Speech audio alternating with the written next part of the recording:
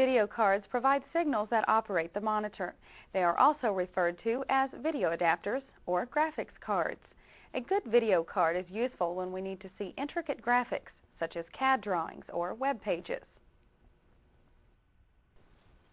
There are 6 different types of video technologies: EGA, MGA, CGA, VGA, Super VGA, and XGA. Each of the technologies differs in 2 major areas: the largest resolution they will support and the maximum number of colors in their palette. The resolution depends on how many picture units, or pixels, are used to draw the screen. The more pixels, the sharper the image. The resolution is given as a report of the screen's dimensions, indicating how many pixels across and down. The color depth determines the amount of colors that can be displayed correctly by the video card. Although the monochrome graphics adapter, or MGA, the color graphics adapter, or CGA, and the video graphics array, or VGA, are considered standards, they are unacceptable for running today's graphic-intensive programs because they cannot support high resolutions, color palettes, and don't contain enough memory.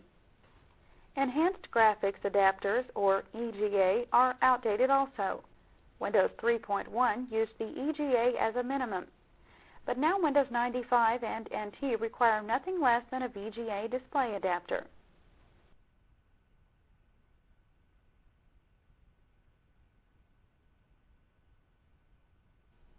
So with these video adapters obsolete or fast becoming obsolete, the SVGA and the XGA video cards will provide the most enjoyable experience for using a computer.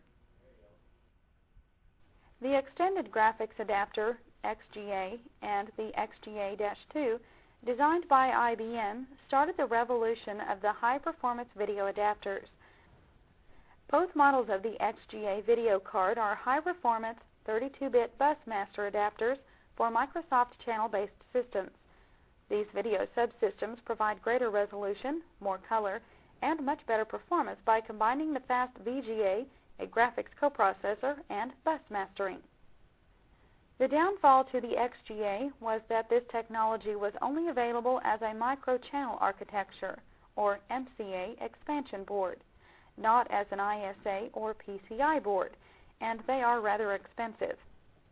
Shortly after IBM introduced the XGA video cards, competing manufacturers decided not to clone these incremental improvements on the VGA, but instead they began to produce lower-cost video adapters that offered even higher resolutions. These video cards fall into a category loosely known as the Super VGA, or better known as SVGA video cards. The SVGA cards provide capabilities that surpass those offered by the standard VGA card. There is currently no standards for the SVGA cards, but SVGA actually refers to a group of cards that have different capabilities. For example, one SVGA card can support higher resolutions, like 1024 by 768, while another may support higher colors at the same resolutions. Nonetheless, both of these are SVGA video cards.